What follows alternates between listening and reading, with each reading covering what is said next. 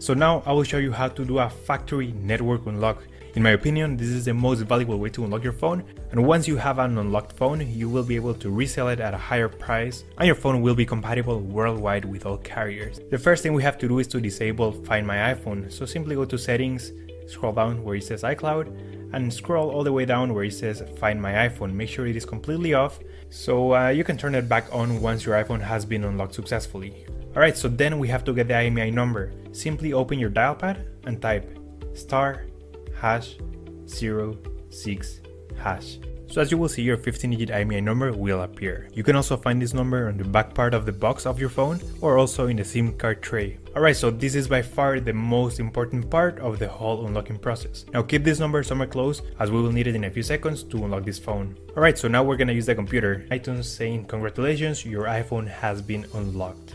Boom, there you go guys, your phone is now fully factory unlocked and now it's compatible worldwide with all carriers. You should get a full signal on your new carrier. And that's it guys, that's how we unlock an iPhone 7. That's all for today guys. If you have any questions, just leave me a comment and I'll try to help you as soon as I can. By the way guys, we're also giving away a free iPhone 7, completely sealed, brand new phone. You can find the instructions on how to enter the giveaway in the next video. Thanks for watching guys, take care. Hey guys, Caleb and Jeffrey here from the Moment team, and today's video is all about the iPhone 8 Plus versus the iPhone 7 Plus's camera and deciding, is it worth your hard-earned money to upgrade and get the new device? So last Friday, the new iPhones came into the office. Is it Christmas? Let's go, what up? And after RJ was done playing with them, Caleb and I took them out and did some tests. Alright, we just got our ticket for the ferry, now we're going to get in line. So to start the day off, we decided to hit the ferry, which just leaves right out of Seattle, and we wanted to test the detail and the dynamic range of these cameras.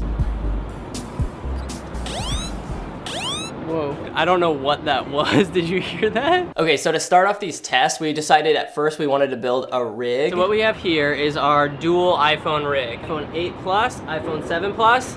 We will be shooting at the same level, so all the shots are pretty close to accurate. If you want to know what this is actually made from, it's a company called Shoulder Pod that makes this wooden part. It's like the base with the handles. And then these are just two random iPhone like mounts. Whoa, there's a delay in this one, watch. When we got on the ferry, one of the first things we wanted to test was the detail both of these cameras were able to capture. The iPhone 8 Plus definitely did retain some more detail than the 7 Plus, especially when you zoom in on a cityscape. You can kind of see on the edges of the building, the iPhone 8 Plus is definitely sharper.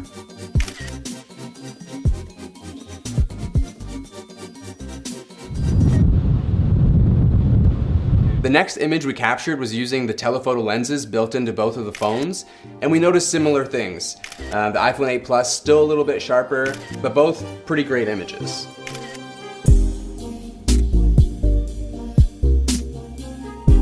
The next test that we wanted to do was dynamic range. This presents itself as a nice area to test dynamic range. You have the bright outside and then followed by a bunch of shade, kind of like randomly underneath that overhang. So seeing how each of the phones handle dynamic range will be a proper test. So between the 7 Plus and the 8 Plus in dynamic range, there's not too much of a difference, but again, the slight advantage does go to the 8 Plus. So before we got off the ferry, we also wanted to do a quick video test. So we shot in 4K, 30 frames per second on both devices. And I'm glad we did because we noticed a bigger difference than we did with the photos. The iPhone 8 Plus exposed correctly by itself, much better than the 7 Plus did. Kept in those highlights, they weren't as blown out.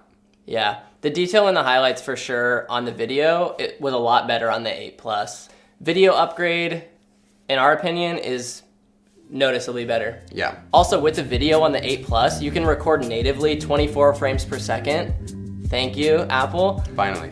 You can also record 4K 60 frames per second, which is incredible. All those frame rates, we didn't want to stack it up against the iPhone 7 Plus because this doesn't have it, only has 30 at 4K. But we did do a 24 frames test. Go a little more. So after we got off the ferry, the first thing we had to go get was a Starbucks, obviously. So we just got off the ferry. We got a bunch of nice tests done. Caleb is being a little baby and we have to find him coffee. So we know this is a real world test, and what's more real than you wanting to know how your Starbucks coffee looks on an iPhone 8 Plus. Oh my god, that means I'm how? So we're gonna do a test of the slow-mo on both of these cameras, so the best thing we can think of is pouring cream into our iced coffees. And we added cream, and so we decided to shoot that in slow motion. The iPhone 8 Plus records 240 frames per second at 1080, which is awesome. The iPhone 7 Plus records 240 at 720p. And really, if you're shooting 720p these days, you might as well just not even shoot. The difference between 1080 and 720 in the 240 frames per second is a pretty big difference. It doesn't look incredibly sharp. It's still your phone shooting at 240, but it is really good. So we got the coffee shot, and we also did some skateboarding. We're here at the skate park and we're gonna get some slow-mo tests with the 7 Plus and the 8 Plus. Caleb's gonna try to not kill himself. All right, Jeffrey's gonna set up the iPhones to shoot in 240 frames per second. I haven't skated in a little bit and I'm wearing the wrong shoes, so don't leave any hate comments. All right, first try. All right, whenever you're ready.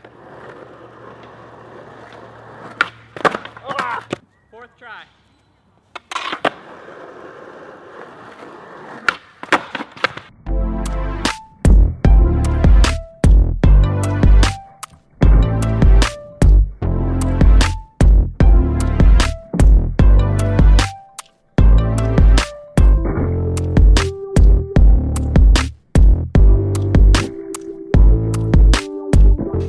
Sixth try. You ready? Yep.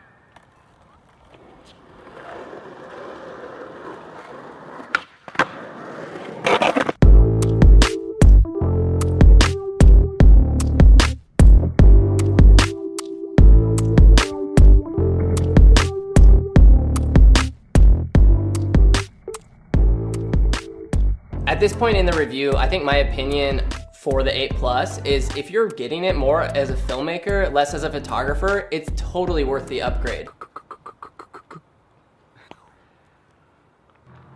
All right, well, that's a weird angle. Okay, portrait mode time. The iPhone 7 Plus introduced depth effect, and we wanted to test it against the iPhone 8 Plus to see if there was a big difference. When we were looking at the photos on location, we weren't that impressed. But now that we're seeing them here on the computer, we're actually noticing there is a big difference with the iPhone 8 Plus. The feathering on the 7 Plus did not do too well when there was a lot of detail in the background, trees, branches and stuff. It like had this random little edge. So overall, I think they both do a decent job at it, but the 8 Plus does a little bit better job at creating the better feather around the subject and making it look a little bit more natural. Building on the depth effect introduced in the iPhone 7 Plus, the iPhone 8 Plus introduced portrait lighting.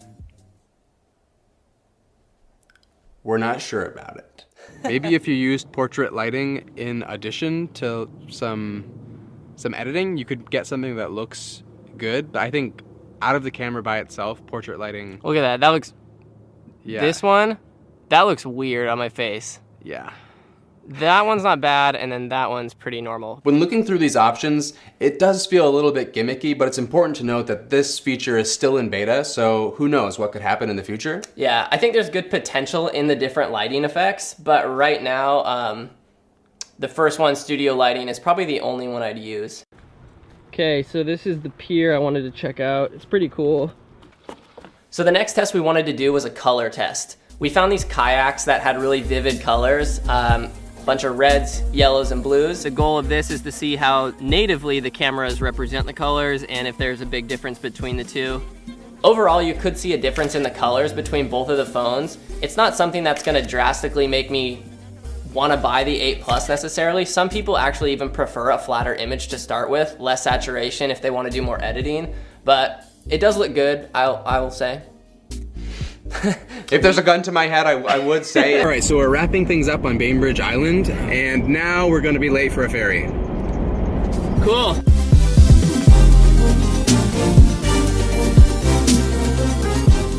When we got back onto the ferry, we were able to get a depth effect shot that we were really happy with. I think with the depth effect in general, if the fall off is much easier, like a sky or a background that's a little more plain, it does a better job of processing the image and making it look more natural. Okay, so we're just finishing up a few more tests, taking the ferry back home. Everything's been looking really great so far, pretty evenly matched. But what we're really excited to test though later tonight are the low light capabilities of both these cameras. Can't zoom while recording? No, you can. It's just slow for a more dramatic look.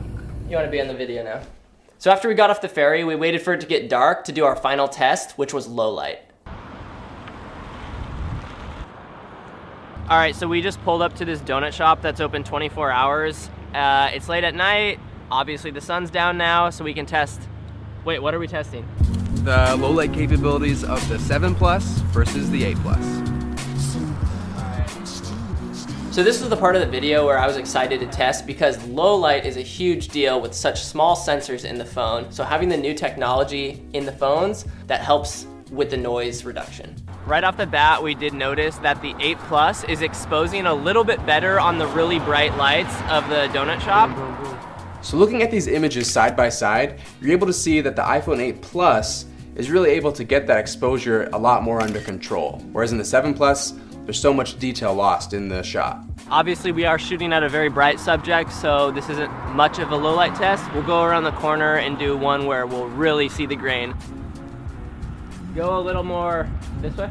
Basically we just came over to this wall that it's like the most bland light, kind of shining off from the donut shop, but it's basically this no like light source over here. This is really the test where we're gonna see the grain in the image. So in looking between both of these photos, you can tell that there is less noise in the iPhone 8 Plus. The iPhone 7 Plus, even around the face, does look a little bit muddy.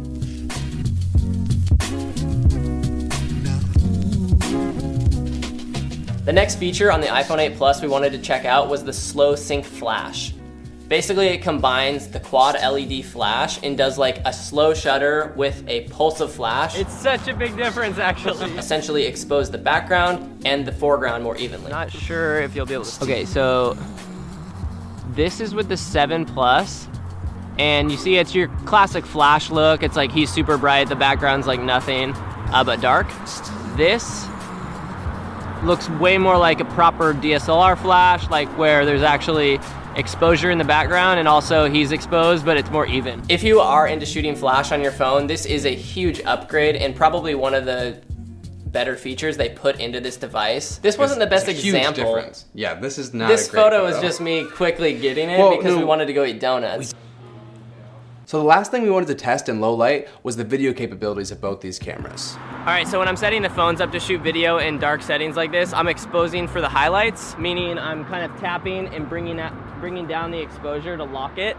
And what that does is help the image look a little bit more, like less blown out in the highlights, and then keeps the shadows less noisy too.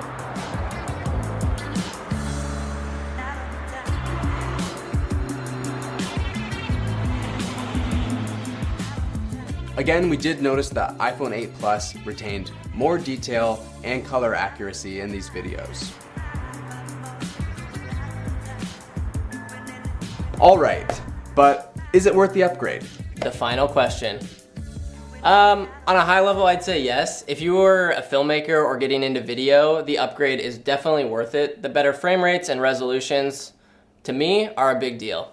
If you're into photos, on all regards, like detail, color, and dynamic range, it's slightly better, and I don't think it's just worth it based on that fact alone. The big features of the iPhone 8 Plus that I think set it apart are the slow sync flash and the portrait lighting options. So in conclusion, Jeffrey, would you buy this phone or this phone? If I already had the 7 Plus, I probably wouldn't go to the 8 Plus, but like me, I'm coming from the 6S, so I think that's a huge upgrade to the 8 Plus and definitely worth it.